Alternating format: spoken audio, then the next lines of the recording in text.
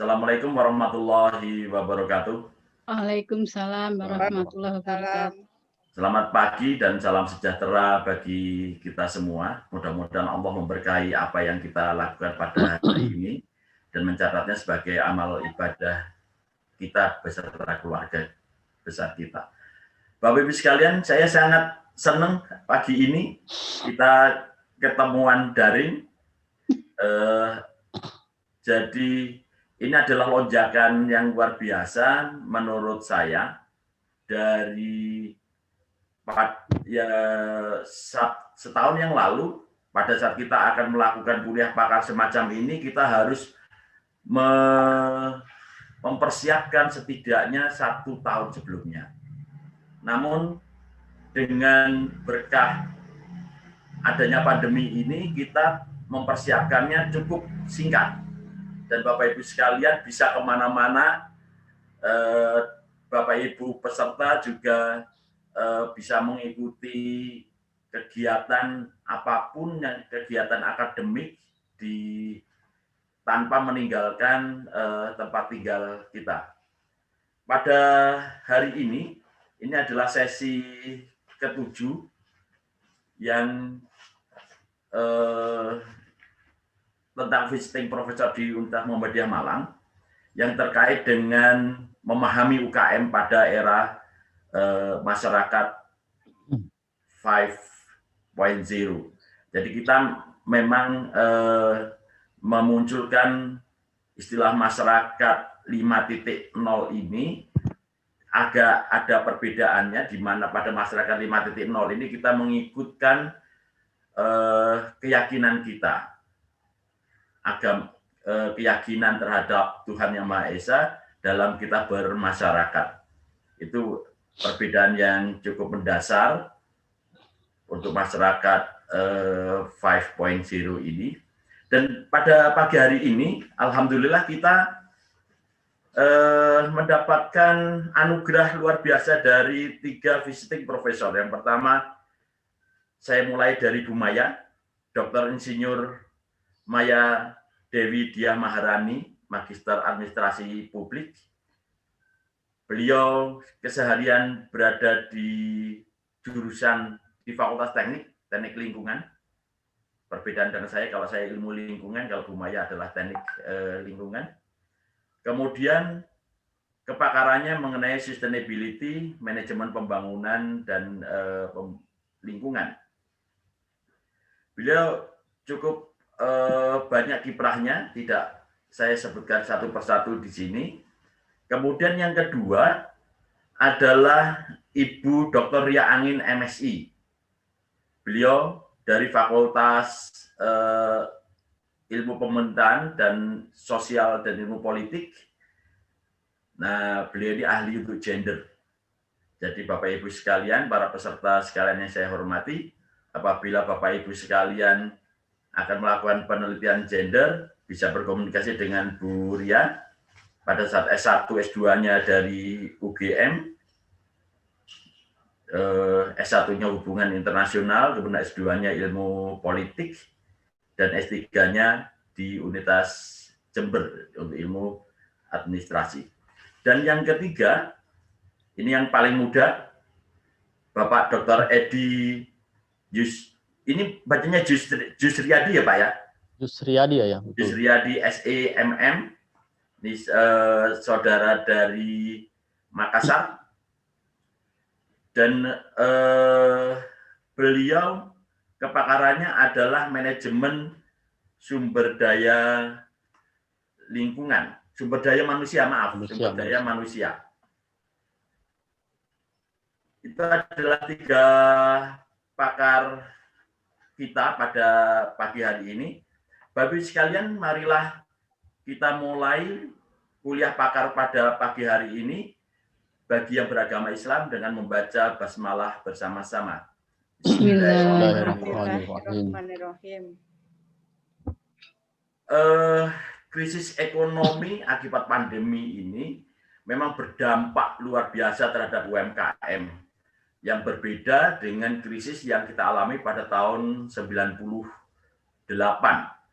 Pada saat 98 ada kenaikan lonjakan sekitar 350% UMKM. Padahal pada saat itu kita mengalami resesi yang luar biasa. Namun pada saat pandemi sekarang ini ada juga dampak positifnya di mana terjadi pola perubahan konsumsi barang dan jasa pada masyarakat. Tentu saja tidak dimulai pada saat pandemi saja, sebelumnya sudah dimulai adanya pasar online, dan ini setelah adanya PSBB melonjak juga. Dan menariknya ada beberapa hal yang terkait dengan produksi. Misalkan produksi itu semakin hari semakin kualitasnya semakin baik, dapat bersaing di pasar dengan pengemasan yang baik. Ini dampak positif dari pandemi untuk UMKM. Kemudian juga sistem delivery, sistem pengiriman barang yang baik, dan juga pemasaran yang berbeda dengan yang lalu. Pemasarannya menggunakan jasa-jasa angkutan dan media-media yang lain.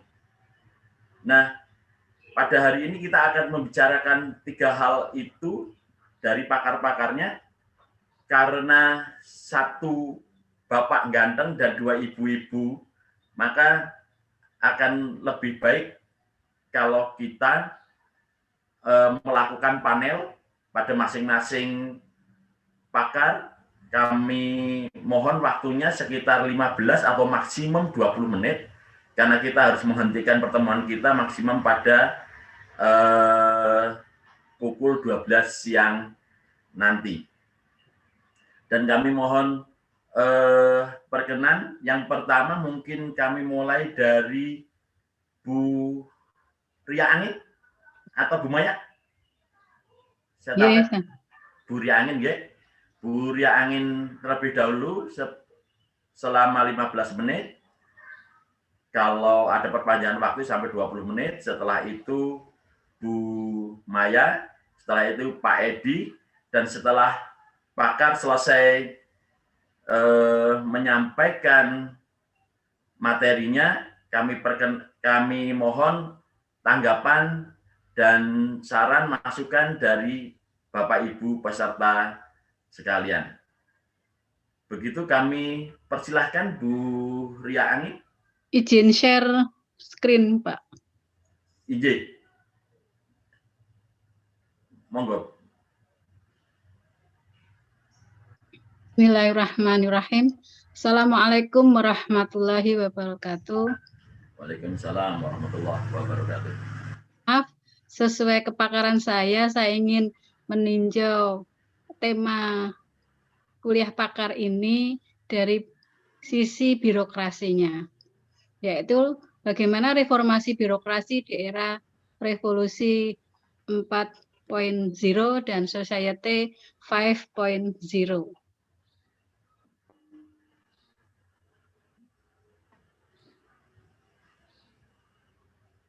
Sebagai bagian dari masyarakat dunia, Ibu Maya, mohon Indonesia. kalau Kenapa, Pak? Di slide show kan? Kenapa? Mohon perkenan di slide show kan diperbesar. Oh, diperbesar, nggih. Nggih. Kepi, Pak, piye carane? Itu ada. Oh, nggih, ya, itu betul. Sebagai bagian dari masyarakat dunia, Indonesia tidak bisa menghindarkan diri dari dampak terjadinya revolusi industri 4.0 dan society 5.0. Hampir di seluruh dunia itu terjadi transformasi digital, dan itu terjadi pula di lingkungan kita. Nah, di beberapa wilayah dunia, istilah 5.0 itu mendapatkan istilah yang berbeda-beda. Seperti di Amerika Serikat itu menggunakan istilah industrial internet.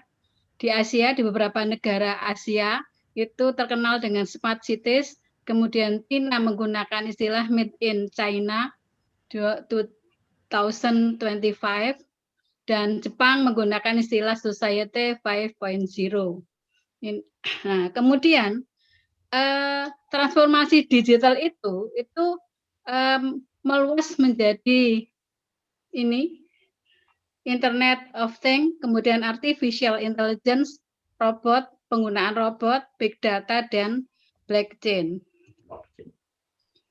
Nah, perkembangan terkini dari teknologi 5.0 itu yang bisa kita lihat atau yang bisa dirasakan oleh masyarakat dunia di negara-negara maju khususnya adalah adanya pengiriman paket yang menggunakan drone, kemudian pelayanan kesehatan dengan mengandalkan sistem remote, kemudian ada kulkas pintar yang sekaligus memberikan info kesehatan terkait dengan makanan yang ada di dalamnya, kemudian pemanfaatan teknologi robot dan artificial intelligence itu sebagai pelayan restoran dan hotel, ini terutama di Jepang.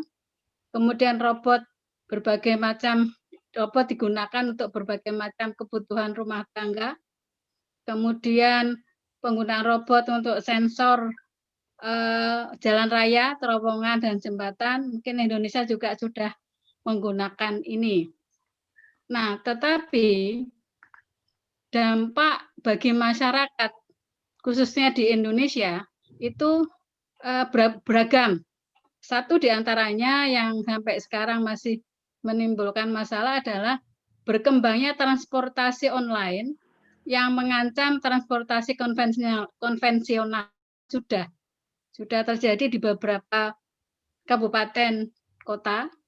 Kemudian ini yang tadi sudah dibahas di awal, ada berkembang e-commerce yang mengancam sistem jual beli konvensional.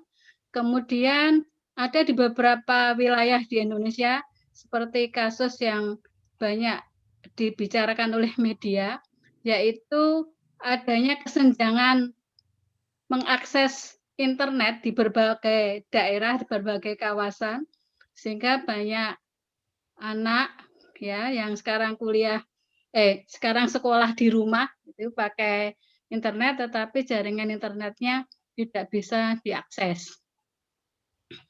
Nah, kemudian permasalahannya itu akibat transformasi digital yang tidak merata ini membutuhkan penanganan oleh para birokrat pemerintah. Birokrat pemerintah itu harus adaptif. Ya, kenyataannya kan memang belum. Oleh karena itu perlu dilakukan reformasi birokrasi.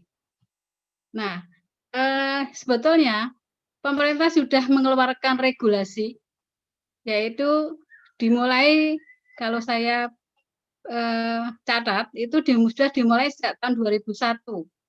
Waktu itu sedang marak ya paradigma governance. Jadi ada instruksi Presiden nomor 6 tahun 2001 tentang telematika, di mana ini menjadi langkah awal bagi aparat pemerintah menggunakan teknologi telematika ini dalam rangka good governance pada waktu itu. Nah, dan ini berlanjut tahun 2003 itu ada lagi instruksi Presiden untuk lebih fokus lagi, yaitu terkait dengan pengembangan electronic government. Kemudian ada lagi ini KPP tapi belum tercatat di sini, yaitu terkait dengan inovasi pemerintah. Yang ini tujuannya lebih pada upaya pengembangan electronic government.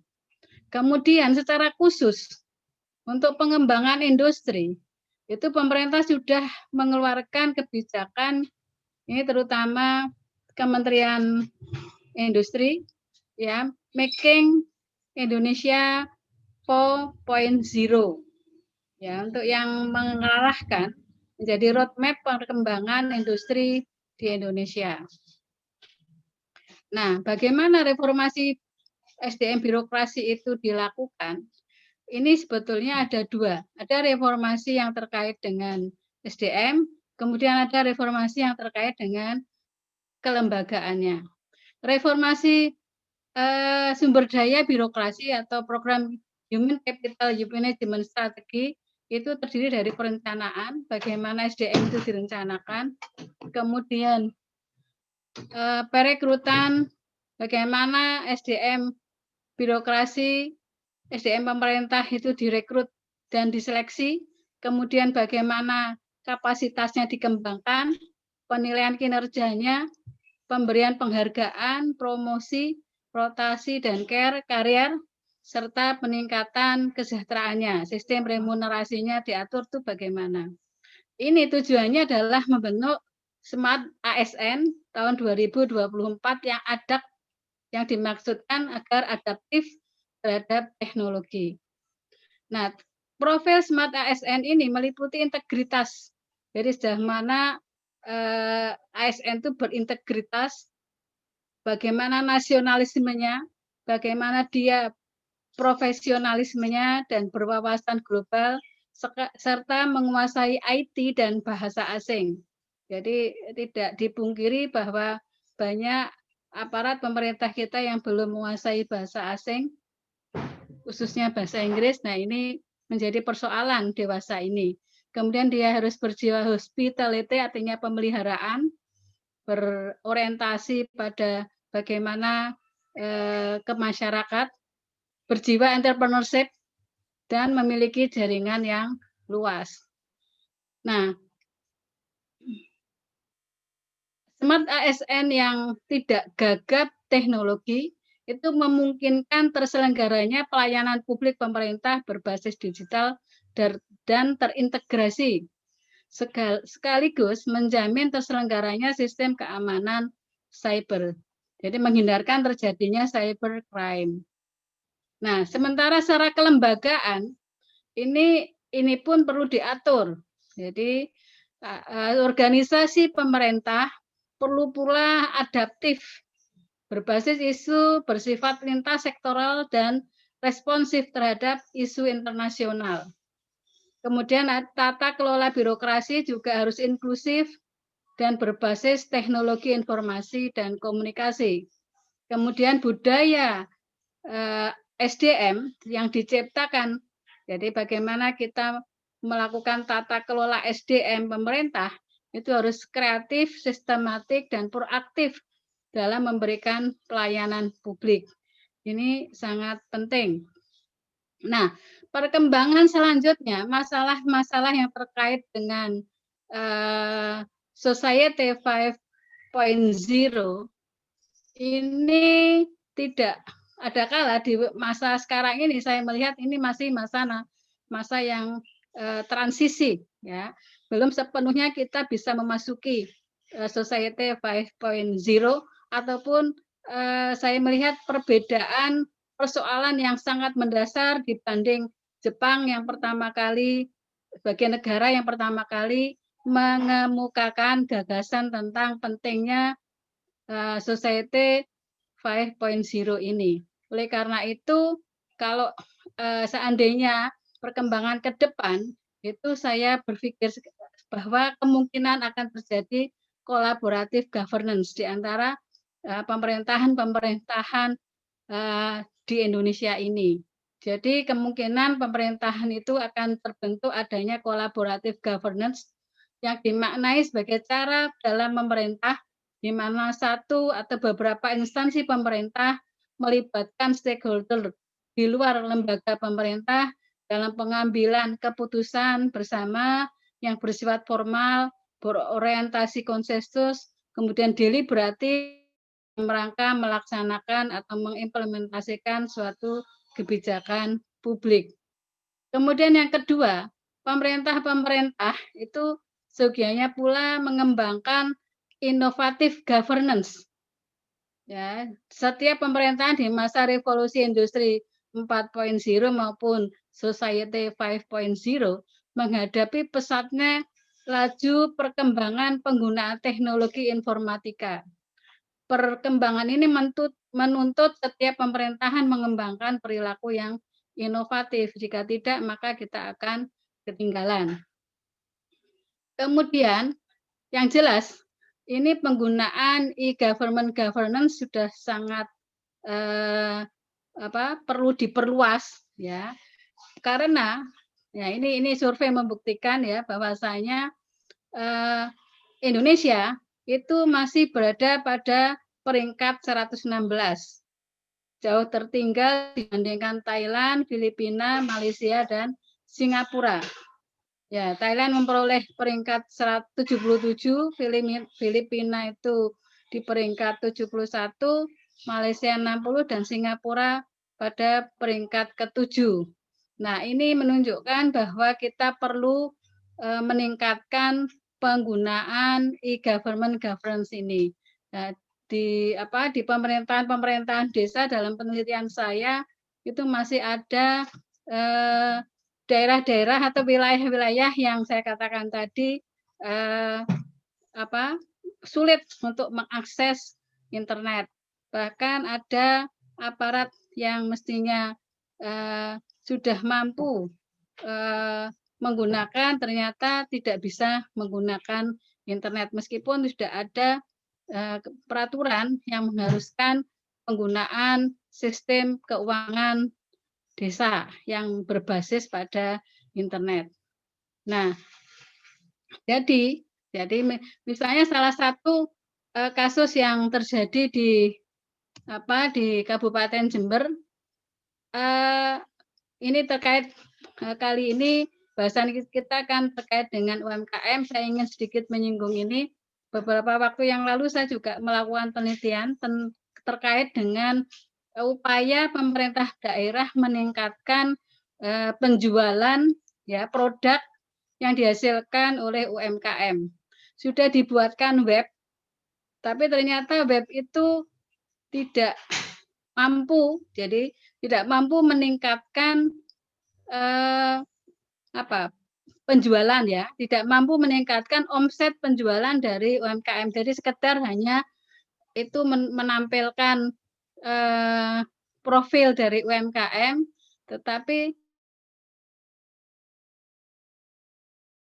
bahwasanya perlu ada upaya lain. Jadi tidak sekedar hanya menggunakan atau memamerkan produk daerah yang berhasil diproduk oleh UMKM di web, tapi perlu ada upaya-upaya yang lain sehingga meningkatkan produktivitas maupun penjualan dari UMKM itu. Ada keluhan juga. Ini sekedar hanya pajangan saja, tapi tidak ada langkah lanjutnya. Mungkin Jember berbeda dengan daerah yang lain saya kira, tapi ini kasus yang terjadi di kota saya. Kesimpulannya, revolusi 4.0 dan Society 5.0 telah menginspirasi pemerintah daerah dalam melaksanakan reformasi birokrasi yang adaptif terhadap teknologi, tetapi ini masih membutuhkan upaya yang kuat, ya, komitmen yang kuat dalam rangka memperkuat jaringan, memperkuat kapasitas individu, aparat itu sendiri. Kemudian perlu pula meningkatkan internet, jaringan internet, sehingga pelayanan publik berbasis teknologi ini lebih bisa dilakukan. Demikian paparan saya. Terima kasih. Akhirul kalam. Assalamualaikum warahmatullahi wabarakatuh.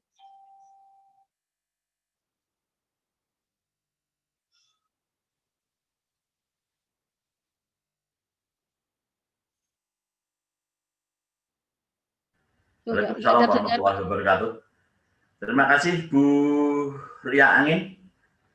Untuk kesempatan berikutnya kami persilakan Ibu Dr. Maya untuk memaparkan materi kuliah kebakaran. Oh, mohon Mbak Risma, Mas Diki, Bu Maya di-unmute terlebih dahulu. Sudah bisa Ibu, mungkin di tombol untuk ya. Sama mikrofonnya Bu Maya. Mas tak minta untuk unmute loh. Mohon perkenan Bu Maya, mic-nya.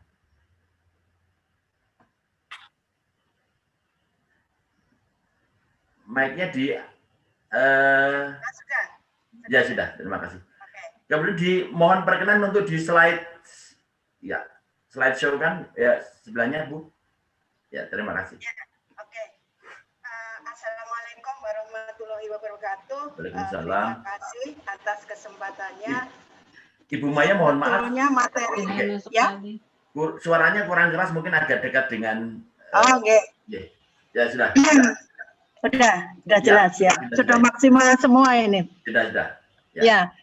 Sebetulnya saya nyambung dengan yang disampaikan Bu Ria, tetapi saya ingin menyampaikan dari paradigma yang lebih lebih atas daripada kumpulan konsep. Saya akan memberi satu contoh langkah konkret yang bisa dilakukan oleh para UMKM kita. Nah, saya ditangisi oleh UMKM, terutama di daerah pesisir. Tadi dikatakan Bu Ria, isu internasional, kolaborasi, governance, inovatif governance, dan sebagainya. Isu internasional sekarang yang lagi yang lagi seksi adalah bagaimana tata kelola laut global. Nah, tata kelola laut global ini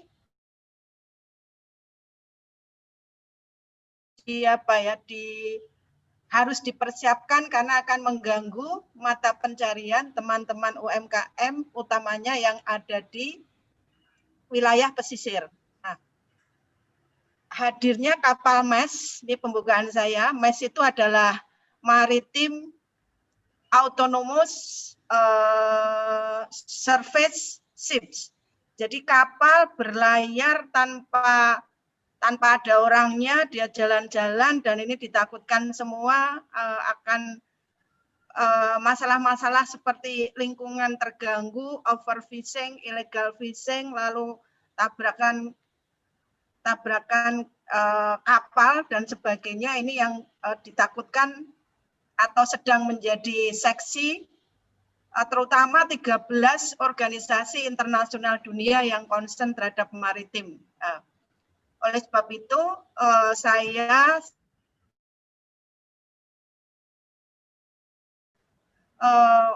bagaimana mengajak teman-teman di pesisir ini untuk berbuat sesuatu, ya mau tidak mau kalau nanti mata pencariannya terganggu, aktivitas UMKM terganggu, ya kembali lagi back to food.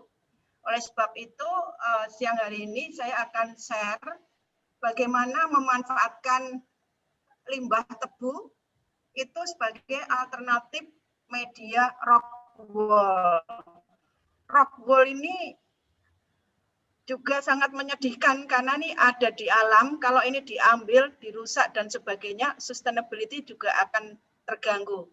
Dan mohon doanya semua karena proses rock wool sebagai, substitusi rock wool, saya memanfaatkan limbah tebu karena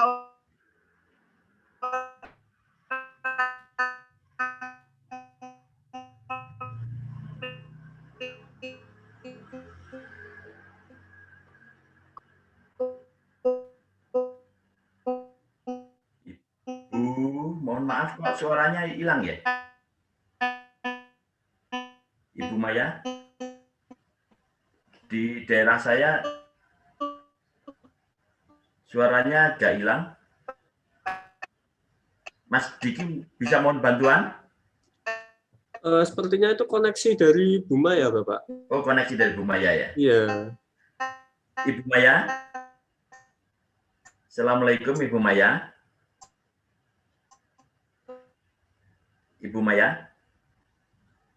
Oh iya, koneksinya, mohon maaf Bapak Ibu sekalian, koneksinya sepertinya seperti kata Pak Diki tadi, koneksinya mungkin kurang baik sehingga terputus. Mohon perkenan waktu untuk tim IT untuk menghubungi kembali Bu Maya terkait dengan paparannya.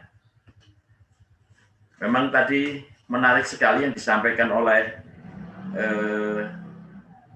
Bu Ria, karena baru-baru ini juga ada ASEAN Agreement on Electronic Commerce dalam kerangka ASEAN Economic Community, itu yang menjadi hal program kemajuan kita, dan tentu saja beberapa hal yang terkait dengan pengembangan UMKM itu juga dibicarakan pada pertemuan tersebut. Ibu Maya, sudah dapatkah dihubungi? Sedang proses, Bapak. Dan proses ya. Mohon perkenan Bapak Ibu untuk bersabar sebentar sambil menunggu Ibu Maya. Karena dalam era-era sekarang ini UMKM benar persaingannya tidak hanya di dalam tapi juga bisa juga berkembang sampai keluar dari batasan-batasan wilayah sekarang menjadi semakin tipis dengan adanya e-commerce Indonesia sendiri, Lazada, Shopee, kemudian Tokopedia juga sudah bisa mempunyai kedudukan yang cukup baik di tingkat-tingkat regional.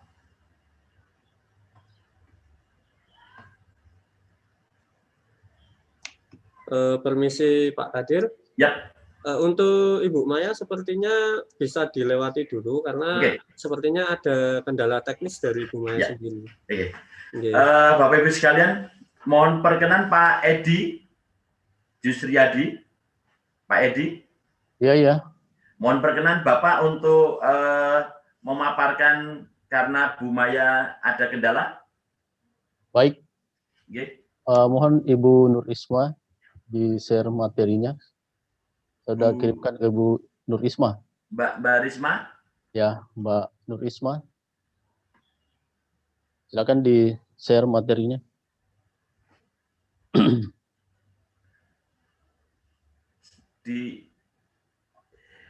Oke, baik. Di slide show kan Mbak Risma. Oke, terima kasih.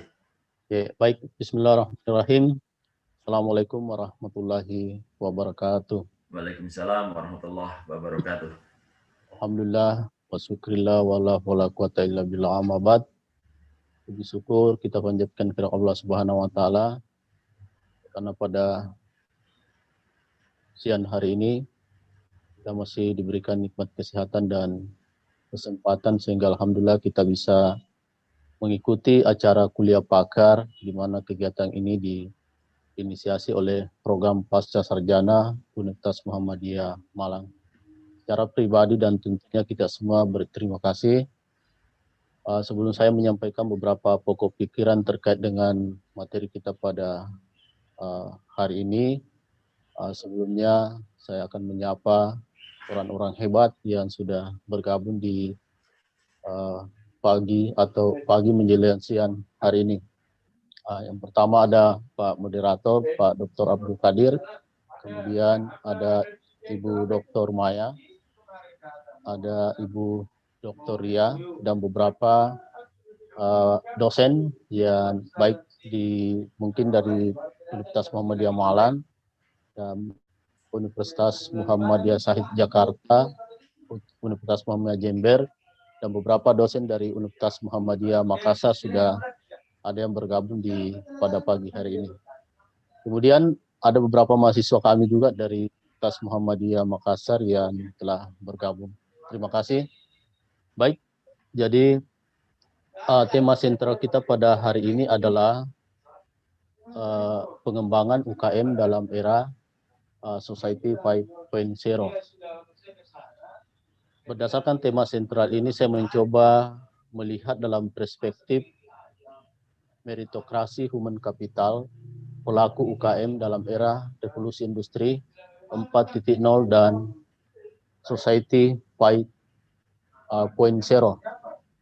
Jadi saya mengangkat human capital ini kebetulan atau bidang kepakaran saya itu adalah human capital. Saudara-saudari yang saya hormati, dalam perspektif manajemen sumber daya manusia, menurut resource based theory itu menjelaskan bahwa keunggulan kompetitif suatu organisasi, suatu lembaga atau unit bisnis dan bahkan suatu negara itu ditentukan oleh dua sumber daya.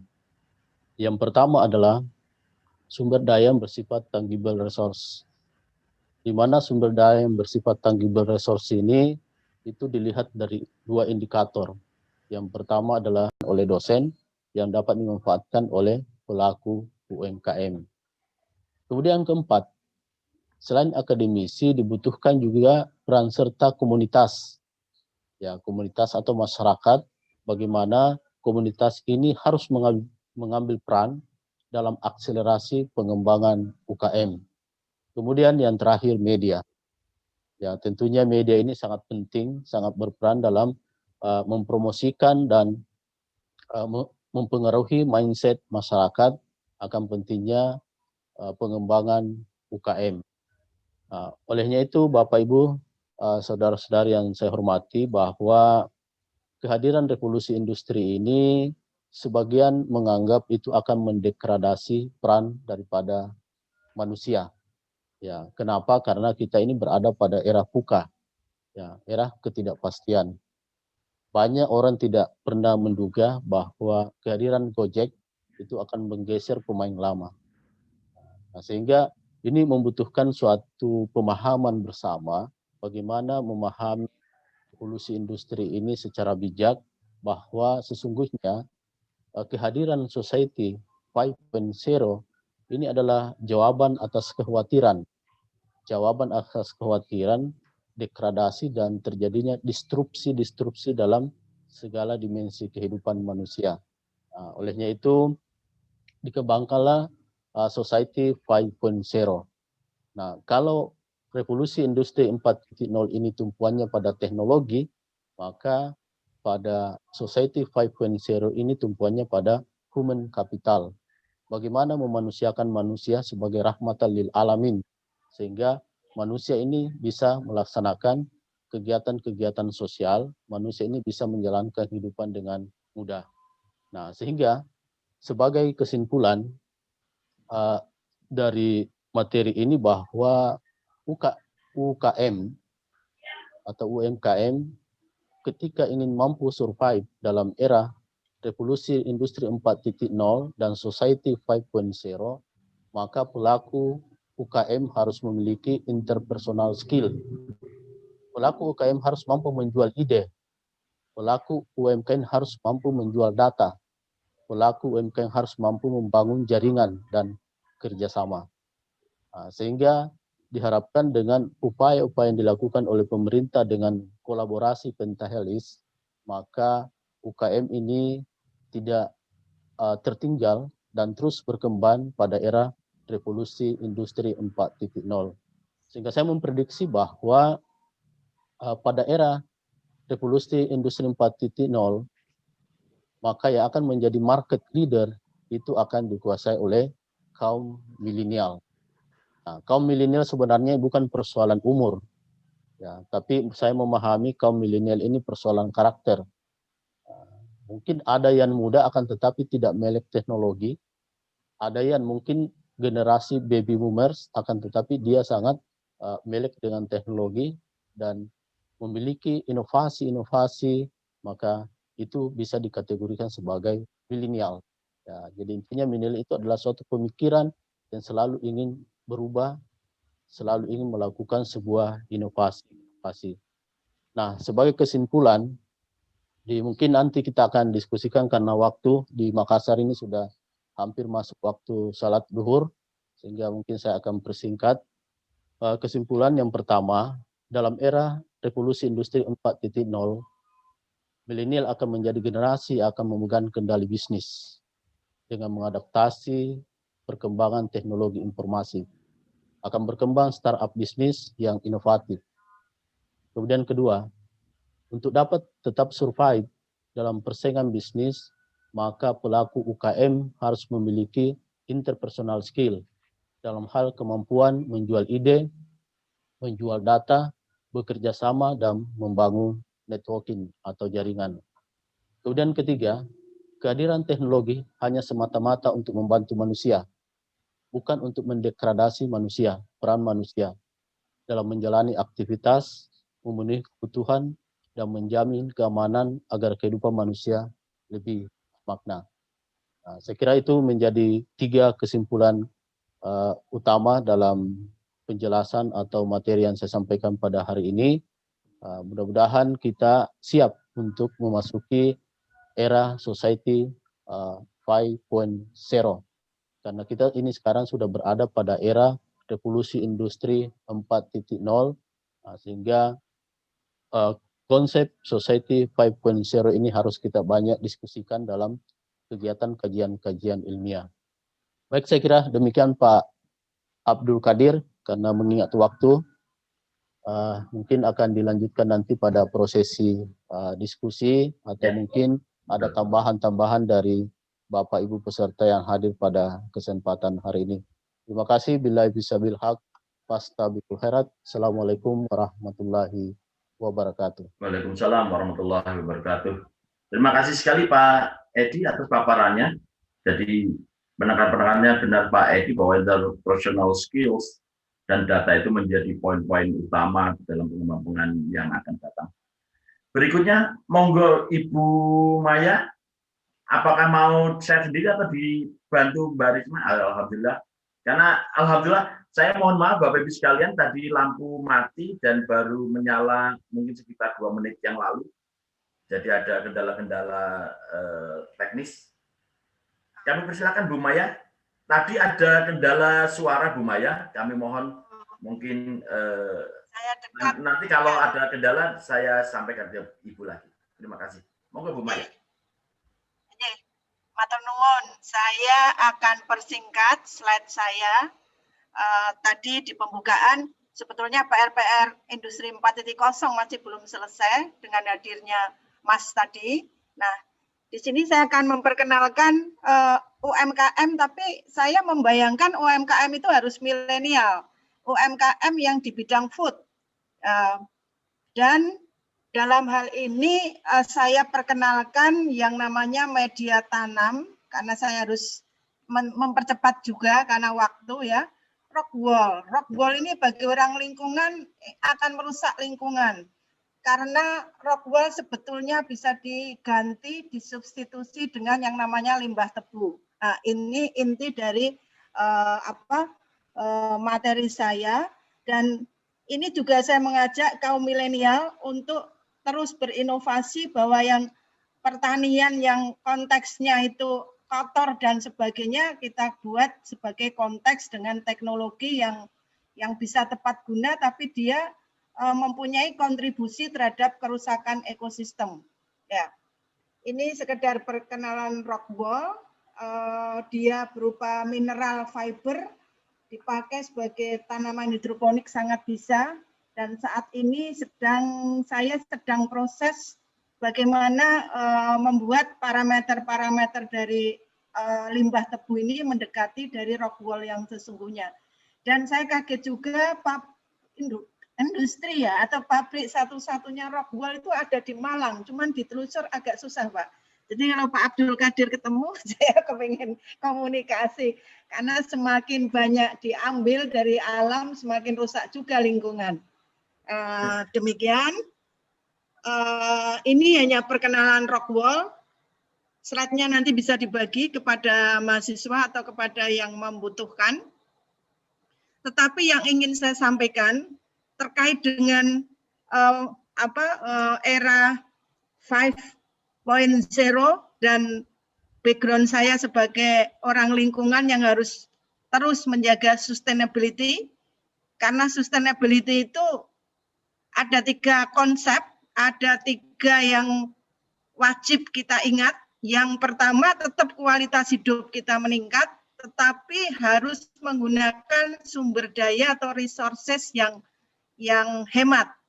Dan tidak lupa juga terakhir harus meninggalkan resources untuk generasi yang akan datang. Mudah-mudahan didengar oleh milenial. Tadi saya cocok diskusi tadi Pak Edi bicara mengenai milenial. Ada juga milenial yang tidak melek inovasi, tetapi di satu sisi ada juga non milenial tetapi masih terus berinovasi, karena ketentuan internasional sekarang yang namanya generasi muda atau itu kan 65 ya Pak ya. Jadi kita semua masih masuk ya nih Pak. ini ngayem-ngayemi aja. Nah, sebetulnya tidak hanya limbah tebu, limbah backlog jamur itu juga bisa sebagai substitusi.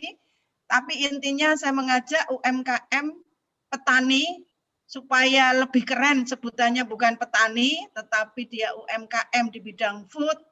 Dia mulai berpikir, berinovasi bagaimana dia tetap berbudidaya, tetapi menggunakan media yang ramah lingkungan, media yang tidak merusak lingkungan, media yang tidak memberatkan ocean governance global, karena ini sudah isu internasional, tidak hanya nasional. Kalau tadi Bu Ria bicara isu internasional, saya kira inilah salah satu contoh isu nasional, tapi kita action dengan yang lokal. Kemudian kolaborasi governance itu mudah. Saya juga bingung ya, 11 organisasi tingkat dunia, kolaborasinya kurang, padahal internasional. Jadi kalau di Indonesia itu yang namanya koordinasi, kolaborasi masih minim, saya tidak kaget. Di luar negeri saja juga terjadi demikian, utamanya pada lembaga-lembaga yang concern di maritim, yang sekarang sedang berpikir keras bagaimana membuat peraturan mengenai MES tadi, mengenai bagaimana illegal logging, fishing, bagaimana ikan-ikan kita nantinya akan dicuri. Nah, itu internasionalnya, tetapi lokalnya saya mengajak petani, kaum milenial memanfaatkan sumber daya, yaitu berupa limbah-limbah yang tidak pernah habis. Selalu ada dalam kuliah saya saat ini. Saya ambil contoh tebu karena masih banyak lain. Mungkin begitu saja Pak Abdul Qadir. Saya lebih senang diskusi dengan para peserta, dan waktu saya kembalikan kepada Bapak. Terima kasih. Assalamualaikum warahmatullahi wabarakatuh. Takut sinyalnya putus terus. Terima kasih Bapak Ibu pakar, dan alhamdulillah karena saya berada di luar kampus sehingga saya tidak kena mati. Alhamdulillah sekarang kampus sudah menyala, jadi tidak bermasalah lagi untuk IT-nya, Bapak Ibu sekalian. Dan mungkin pengumuman saya ulang lagi di chat. Saya sudah sampaikan paparan dari para pakar, dari Bu Ria, Pak Edi, dan Bu Maya. Apabila berkenan mohon di-download sebagai pengetahuan tambahan untuk Bapak Ibu sekalian. Dan sekarang kami mohon bagian Bapak Ibu sekalian, di chat juga sudah di link presensi, mohon para peserta untuk mengisinya, karena ini akan terkait nanti dengan sertifikat yang akan kami bagikan pada Bapak Ibu sekalian. Nah, sambil mengisi kami mohon perkenan Bapak Ibu sekalian untuk memberikan tanggapan pada para pakar, pada Bu Ria, Pak Edi, dan Bu Maya. Kami persilakan.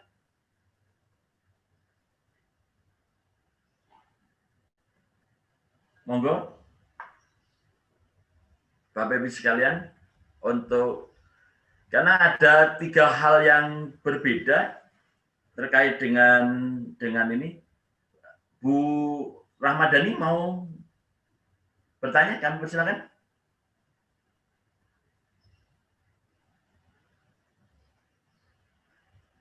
Belum ada.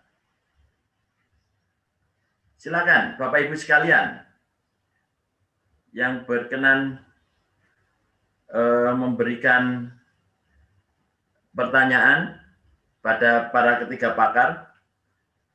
Yang menarik tadi pada saat Pak Edi menyampaikan adanya interpersonal skills. Interpersonal skill ini, sambil menunggu pertanyaan yang lain Bapak Edi, itu pola pengembangannya kita mempersiapkan diri, kita yang tadi Bu Maya juga menyampaikan yang disebut dengan baby boomer pada masyarakat milenial. Pak Edi yang menyampaikan bukan hanya pada usia tetapi juga pada kejiwaannya. Itu mungkin bagaimana cara menyiapkannya. Kemudian untuk Bu Ria, terkait dengan ini Bu Ria, terkait dengan ASEAN Economic Community, itu juga kita perlu persiapan, bukan persiapan sebenarnya, kita harus sudah terjun di dalamnya. Nah, modal-modal dasar seperti apa yang sudah kita punyai dan apakah kita bisa bersaing di ASEAN Economic Community ini. Kemudian kalau untuk Bu Maya, saya mohon maaf belum bisa mengetahui rock wall-nya karena kebetulan saya sama-sama di lingkungan, tetapi saya lebih banyak pada limbah dan bukan limbah padat, limbah cair, dan juga untuk ini, untuk konservasi lingkungan. Jadi mungkin karena concern yang berbeda, saya untuk rock wall di Malang saya belum tahu daerahnya, tapi sebentar lagi insya Allah saya cari di teman-teman pertanian, karena memang rock wall ini merupakan hal yang menarik. Kita penghasil selulosa, hemiselulosa, dan semua itu bisa digunakan untuk hidroponik. Dan ibu-ibu sekarang pada tataran masyarakat itu sudah banyak yang menggunakan hidroponik itu dalam kehidupan keseharian. Monggo Bapak Ibu sekalian yang para peserta, apakah ada tambahan pertanyaan? Kalau tidak ada, sambil menunggu para peserta, kami persilakan Pak Edi, Bu Ria, dan Bu Maya untuk menanggapi beberapa pertanyaan dari saya. Oke. Baik, mungkin saya duluan Pak Abdul Qadir. Silakan Pak Edi. Kebetulan di sini sudah masuk waktu duhur. Ya. Jadi terima kasih. Jadi dalam era revolusi industri 4.0 ini pelaku UKM dan bahkan kita semua tidak mengenal usia, apakah kita generasi Z, generasi baby boomers, atau generasi milenial, itu harus mempersiapkan interpersonal skill. Nah, interpersonal skill ini penting karena kita sekarang ini berada pada satu era yang disebut dengan era VUCA.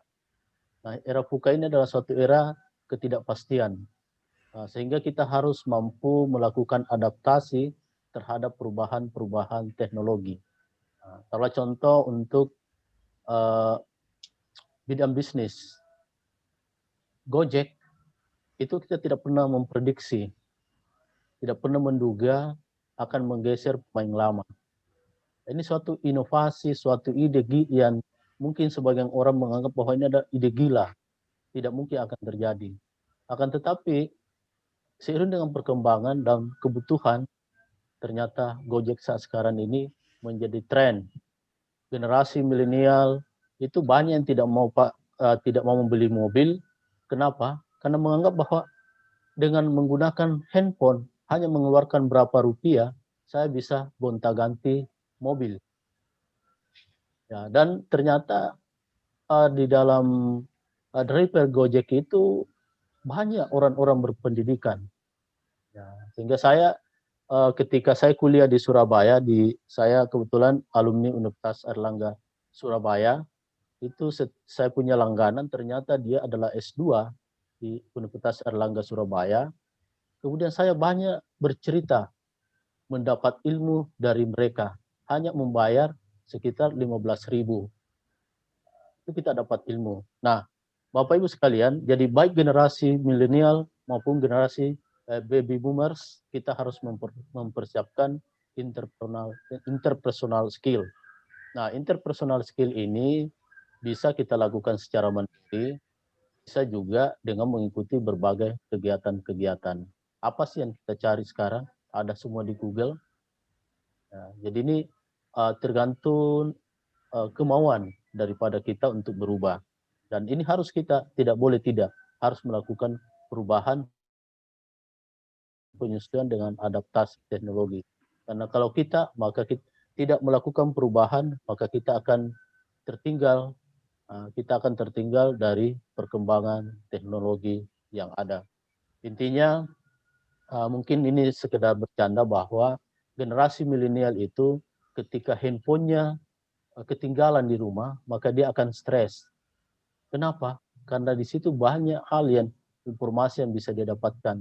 Tapi mungkin ketika ditinggal sama pacar, santai-santai saja.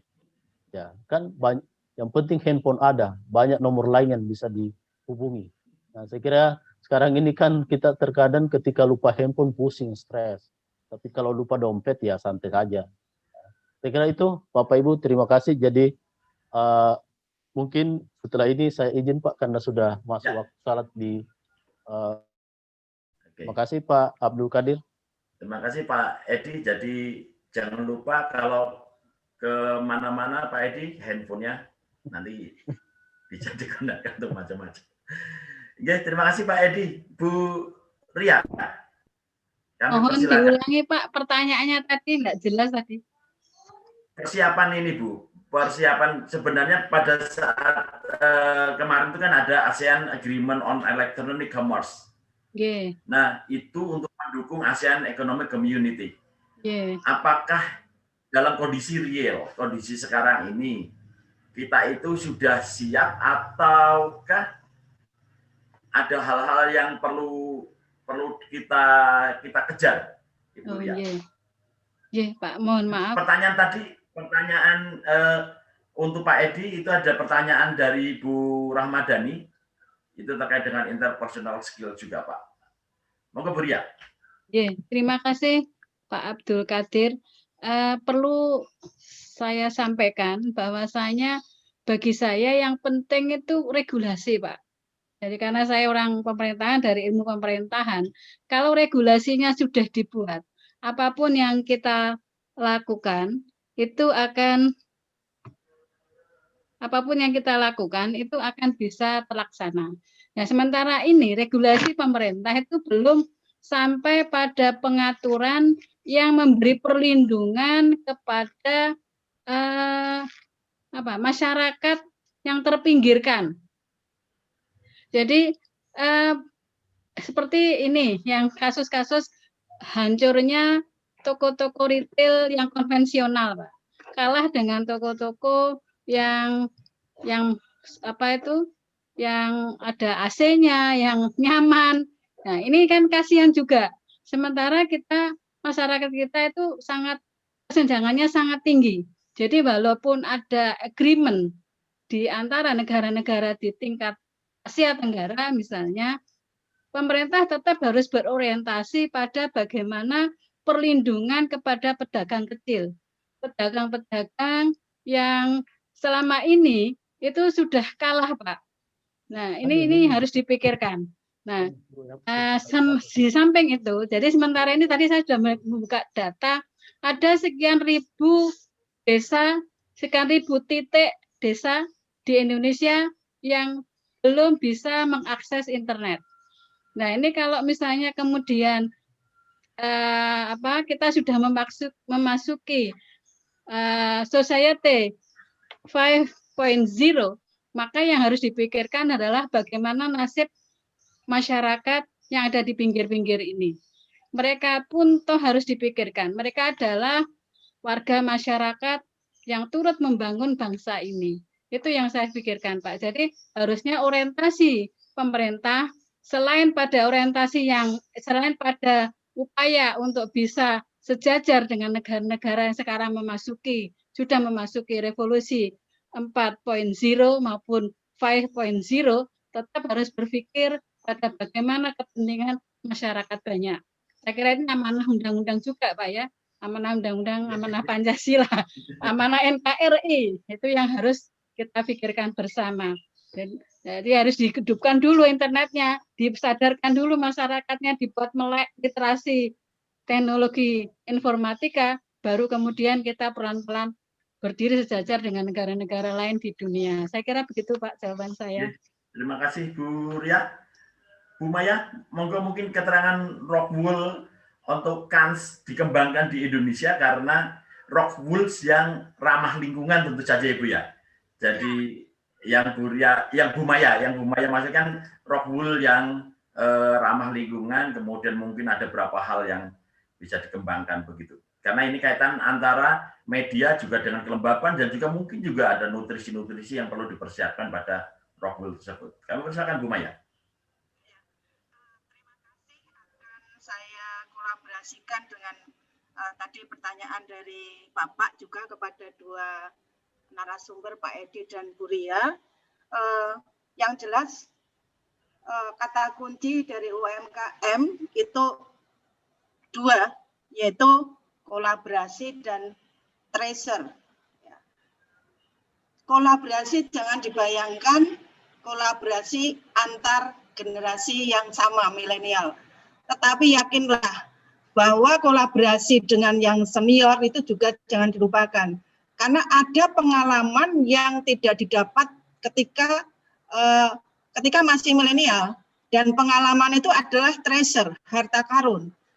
Tetapi memang belum dibuktikan, sehingga orang mengatakan itu adalah experience atau base pengalaman. Nah, itu yang saya rasakan ketika punya kesempatan ke Belanda. Kaum milenialnya di sana benar-benar cinta akan apa? Akan museum, karena di situ banyak sekali hal-hal yang bernilai treasure atau bernilai harta karun. Nah, kemudian yang kedua, saya sependapat dengan Bu Ria, karena kadang-kadang peraturan itu tidak paralel dengan teknologi. Jangankan yang nasional, yang tadi saya sebut-sebut MES atau maritim, autonomous service ship, kapal yang tanpa awak tapi dia berjalan-jalan sendiri di lautan, itu saja juga peraturannya belum paralel dengan hadirnya kapal tersebut. Dampaknya kepada siapa? Kaum terpinggirkan, orang-orang yang ada di pesisir. Itu tadi kuncinya adalah peraturan yang belum paralel atau sulit paralel. Tidak hanya di kita, Pak. Kita ternyata di sana, di luar juga masih belum paralel, kelihatannya seperti itu. Karena alhamdulillah berkesempatan saya juga ketemu dengan duta besar Indonesia yang ada di Jerman. Itu juga mengatakan benar itu, karena beliau background-nya adalah hukum, jadi peraturan is number one. Pemerintah itu tugasnya cuma 3, susah semua. Ngatur, mengarahkan, melindungi. Kata melindungi itu yang tidak bisa, ya harus dilaksanakan. Kalau tidak, ya tadi, MES tadi akan menggempur UMKM yang ada di daerah pinggir. Itu Pak, tentang Rockwool, itu hanya salah satu bahasan saya, karena dengan background lingkungan, dengan saya belajar sustainability, 3 hal yang mesti diperhatikan kaum milenial, tetap kualitas meningkat, jangan lupa menggunakan resources dengan intensitas rendah, dan jangan merasa karena milenial, dia juga tidak akan punya sikap meninggalkan resources yang terbaik bagi generasinya yang akan datang setelah dia. Demikian Bapak, waktu saya kembalikan. Terima kasih. Terima kasih Bu Maya. Kami beri kesempatan kembali pada para peserta apabila akan ada tambahan pertanyaan untuk para pakar. Kami persilakan.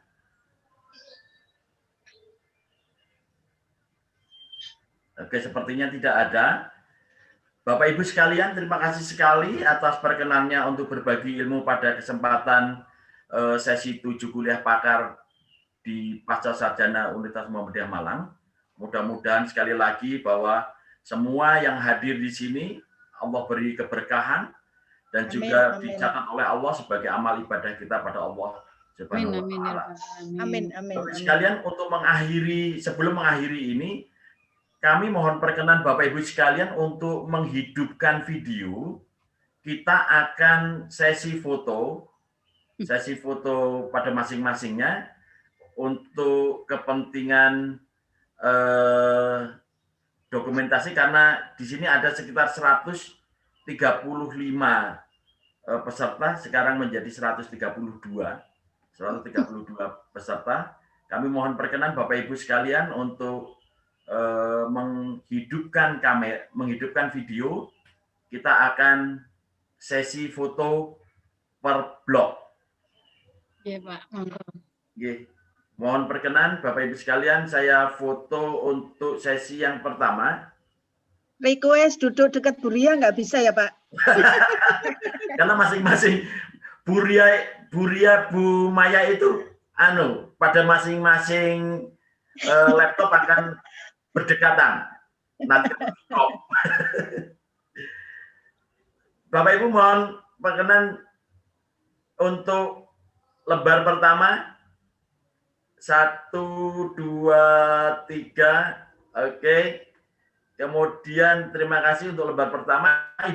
Bapak Ibu tetap. Lembar kedua. 1, 2, 3. Tetap posisinya, Bapak Ibu sekalian. Ketiga. 1, 2, 3. Oke, lembar keempat. Tetap 1, 2, 3. Lembar kelima 1, 2, 3. Lembar terakhir 1, 2, 3. Bapak Ibu sekalian, terima kasih perkenan Bapak Ibu sekalian pada sesi foto pada siang hari ini. Alhamdulillah, kuliah pakar kita dapat kita selesaikan dengan baik walaupun ada masalah. Ada kata penutup untuk Pak Edi, Bu Ria, dan Bu Maya sebelum kami tutup, kami persilakan. Closing statement, Pak Edi. Baik, terima kasih. Sebelumnya saya mengucapkan apresiasi dan terima kasih kepada pihak Pasca Sarjana, Bapak Ibu. Alhamdulillah di sini banyak mahasiswa saya juga dari S1, S2, bahkan alumni program studi Magister Manajemen yang bergabung. Ada beberapa dosen juga. Intinya bahwa jangan pernah Anda berhenti untuk berinovasi. Karena inovasi itu adalah sesuatu hal yang terus hidup dan tidak akan pernah mati. Ketika Anda ingin tetap survive, maka berinovasilah. Saya kira demikian. Terima kasih. Terima kasih Pak Edi. Ibu Ria, closing statement, kami persilakan. Di unmute dulu Ibu Ria. Khususnya saya ucapkan terima kasih kepada UMM, terutama kepada Pak Ikhlas ya, Pak Ikhlas, Direktur Pasca Sarjana UMM. Profesor Ahsanul Inam.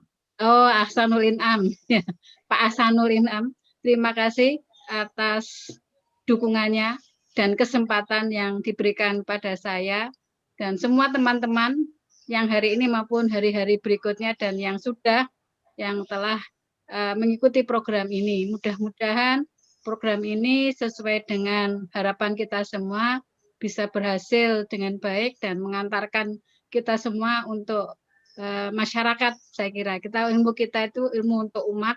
Ya, Muhammadiyah adalah Muhammadiyah untuk kemajuan bangsa, kemajuan masyarakat. Saya kira itu yang harus dikedepankan dan niat ingsun saya adalah bagaimana membangun masyarakat ini menjadi lebih maju lagi. Terima kasih. Assalamualaikum warahmatullahi wabarakatuh. Terima kasih Bu Ria. Bu Maya, kami persilakan closing statement. Terima kasih. Saya ucapkan sebesar-besarnya, sedalam-dalamnya buat UMM. Muhammadiyah ini salah satu organisasi yang pendidikannya sangat maju dan SDM-nya memang sudah dipersiapkan dengan baik. Tapi pada kesempatan ini saya juga terima kasih ikut transportasinya Muhammadiyah, ikut transportasinya UMM. Satu kata yang ingin saya sampaikan bahwa kolaborasi jangan sampai berhenti karena kita tidak bisa besar sendiri. Kita besar karena kolaborasi dan di era, saya tidak berdoa akan pandemi lagi ya, karena virus babi juga sudah mulai muncul juga di Cina gitu ya. Saya tidak berdoa ada pandemi lain lagi, tetapi hal yang pasti adalah ketidakpastian. Mari kita isi ketidakpastian itu dengan kolaborasi, apapun caranya. Kalau namanya dosen, namanya peneliti, kalau DNA-nya memang guru, karena hari ini hari guru, pasti dengan sarana prasarana apapun bisa share knowledge dan best experience-nya. Demikian, terima kasih. Saya kembalikan pada Pak Abdul Qadir. Terima kasih Bu Maya, terima kasih para pakar, terima kasih juga pada Bapak Ibu sekalian yang telah berkenan mengikuti acara kuliah pakar ini mulai dari awal sampai akhir. Kami mohon maaf atas segala hal, kelemahan mungkin dan ketidaksengajaan kami dalam penyelenggaraan kuliah pakar ini. Insya Allah pelajaran yang berharga pada hari ini akan kita perhatikan dan kita akan memperbaiki diri di masa yang akan datang. Bapak Ibu sekalian, untuk yang beragama lain kami persilakan untuk berdoa penutup. Kemudian untuk yang beragama Islam, marilah kita bersama-sama membaca hamdalah dan doa kafaratul majlis. Alhamdulillahirrahmanirrahim. Amin. La ilaha illa anta astaghfiruka wa atubu ilaik. Assalamualaikum warahmatullahi wabarakatuh.